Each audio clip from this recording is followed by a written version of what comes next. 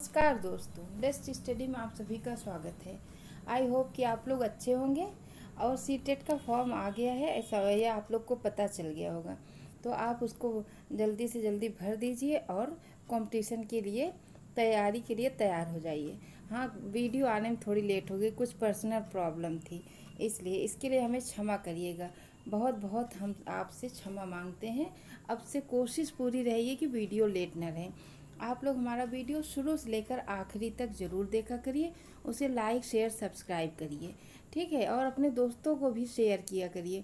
और क्वेश्चन 100% फंसेगा, आप हमसे ईवीएस पढ़िए, इसका नोट्स लिखवा देंगे अच्छे से, सब अच्छा।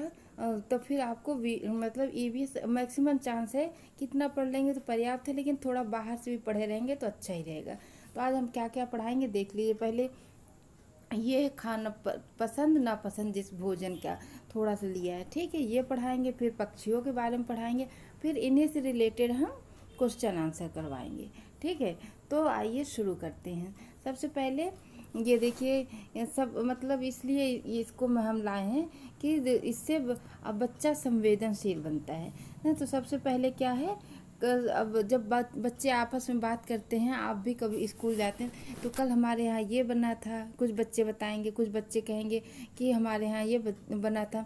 इससे बच्चों को ये नॉलेज मिलती है कि मतलब भोजन कितने प्रकार के होते हैं, ये क्लास 3rd का है। तो बच्चों को इतना ही, इनके यहाँ, मेरे यहाँ सब्जी रोटी, मेरे यहाँ दाल चावल, तो ऐसे पता चलता है कि कोई बताएगा इडली सांभर, तो ये कहाँ का है, साउथ का है।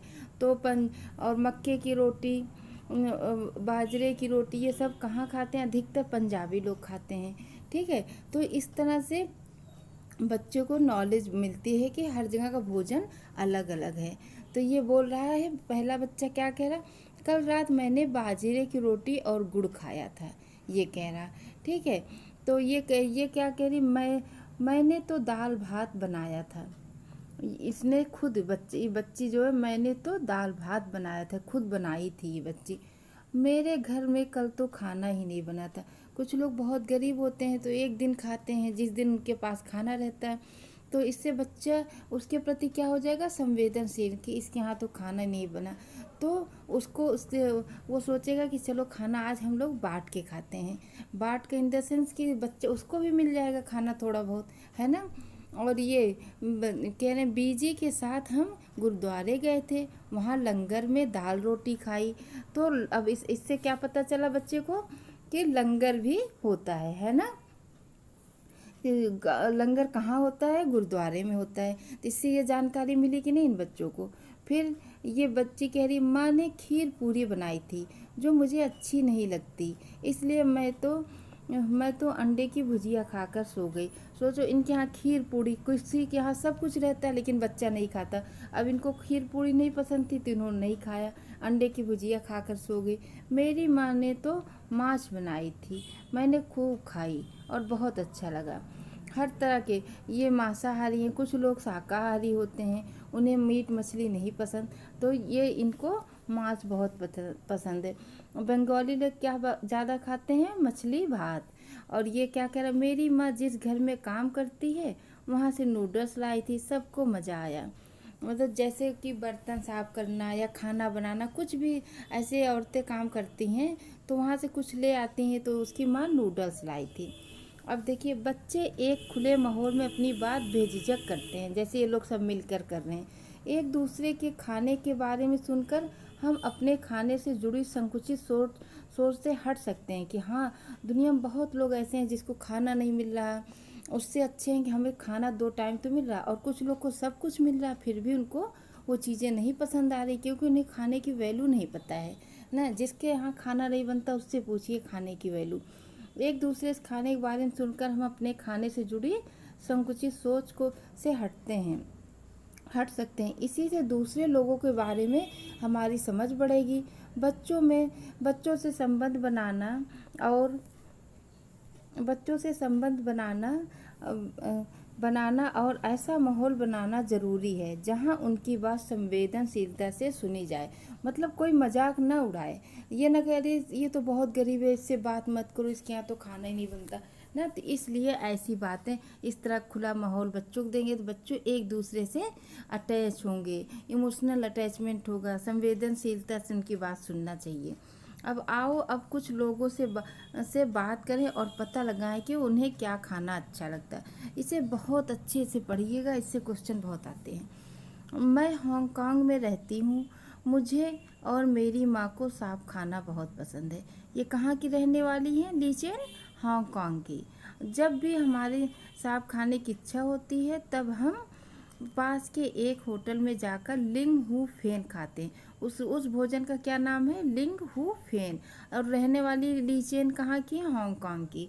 तो अगर ऐसा क्वेश्चन आए तो आप बताएंगे कि हांगकांग की रहने वाली हैं, जिनका मुझे और मेरी माँ को सांप खाने की इच्छा होती है, तो ये आप ऐसे बताएं। और कौन सा वो भोजन है? लिंग हू फेन। ठीक, इस तरह इसमें 2-3 क्वेश्चन बन जाते हैं। और ये मैं कश्मीर में रहती हूँ। सरसों के तेल में, ये सरसों का तेल पर विशेष ध्यान दीजिएगा। सरसों का तेल और नारियल तेल में, 2 तेलों में कंफ्यूज हो जाते हैं, तो इस पे विशेष ध्यान दीजिए। सरसों के तेल में बनी मछली मुझे बहुत पसंद है। एक बार हम गोवा गए थे, वहाँ हमने मछली खाई थी, पर स्वाद बहुत ही अलग था। माँ ने कहा, अरे यह तो नारियल के तेल में बनी समुंदर की मछली है, स्वाद तो अलग ही होगा। तो कहाँ गोवा में किसका तेल यूज होता है? नारियल का। और कश्मीर में सरसों का। ठीक है, सरसों के तेल में मछली पकाई जाती है और गोवा में नारियल। बहुत ध्यान दीजिएगा। मैं केरल में रहता हूँ। मुझे सबसे अच्छी 2 चीज़ें लगती हैं। वे चीज़ें मेरे घर के आंगन में ही उगते हैं। एक ऊपर ऊंचे पेड़ पर और दूसरे ज़मीन के नीचे। बस नारियल डली हुई किसी भी करी के साथ उबला हुआ टैपियोका मिल जाए तो क्या मज़ा। टैपियोका कहाँ मिलता है? केरला में। बहुत इम्पोर्टेंट है। टैपियोका कहाँ होता है? ज़मीन के नीचे। इसे उबालकर बनाया जाता है। इसमें नारियल का क्या डालते हैं? इसे उबालकर उबला हुआ टैपियोका मिल जाए और उसमें नारियल डली हुई रहे तो इनको बहुत पसंद है। किसे? ये टॉम्स हैं। ठीक। और ये जूनी कहाँ की हैं? कश्मीर की। ये केरला के हैं। बच्चों से भोजन से जुड़ी विविधता पर खुलकर चर्चा करें। उनके परिवार से जुड़े अनुभव सुने और भोजन में विविधता का सम्मान करें। ये ना बोले कि आपके घर आपकी तरफ अच्छा नहीं बनता। सबको सम्मान के साथ हर बच्चों को इतना मतलब उनको कंफर्टेबल बनाइए, महसूस कराइए कि हाँ आपकी तरफ जो भोजन है वो भी बहुत स्वादिष्ट होता है, हम लोग जो खाते हैं वो भी बहुत स्वादिष्ट। उनके अंदर हीन भावना बिल्कुल मत उत्पन्न होने दीजिए। इसका मतलब यही है। ठीक है, तो अब आगे देखिए ये वाला पक्षी। और अब ये सब बहुत ध्यान से सारे इसी से रिलेटेड क्वेश्चन भी लाए हैं। सिर पर मेरे है सुंदर पंखों पर नाच है। सिर पर इनके क्या है? मुकुट, ऐसे मोर मुकुट टाइप का। सुंदर पंखों पर नाच है, सुंदर नाच दिखाता हूँ, राष्ट्रीय पक्षी कहलाता हूँ। ये कौन है? मोर है। आकाश से सीधे आती हूँ, झपट चूहा ले जाती हूँ। पूछ है मेरी खांचे वाली, हूँ मैं बड़ी निराली। ये कौन है? चील। चील जो है मनुष्य से 4 गुना ज़्यादा देख सकता है। उसकी आँख बहुत, देखने की क्षमता बहुत तेज होती है। चील की, गिद्ध की, बाज की ना। अगर ऐसे दे देते हैं ऑप्शन में तो कभी कौवा कर देते हैं, कौवा, चील, बाज। लेकिन आप याद रखिएगा, चील, गिद्ध और बाज, इनकी नज़र बहुत तेज होती है। फिर इसे ग्रुप में ऐसे देते हैं। हरे हरे हैं मेरे पंख, लाल है मेरी का चोच का रंग कैसा है? लाल है। हरी मिर्ची मैं खाता हूँ, मैं कहलाता हूँ तोता। ये कौन है? तोता है। ठीक है। काले काले हैं मेरे रंग, काँव काँव में शोर मचाता। ये कौन है? कौवा है। कौवा क्या कर, सबसे ऊंची डाल पर अपना घोंसला बनाता है। कौवा जो है सबसे ऊंची डाल पर अपना घोंसला बनाता है, लेकिन कौवे के घोंसले में जो कोयल है यहाँ पे कूकू कू आवाज़ लगाती, ये अपना घोंसला कभी नहीं बनाती। ये किसके घोंसले में अंडा देती है? कौवे का। बहुत ज़्यादा पूछा जाता है। कि कोयल किसके घोंसले में अंडा देती। कौवे कौवे को कब पता चलता है? जब बच्चे बड़े हो जाते हैं, तब कौवे को पता चलता है। ठीक। कुहू कुहू आवाज़ लगाती, मधुर मधुर मैं गीत सुनाती, सबके मन को मैं भाती हूँ, देखो मैं कहलाती कोयल।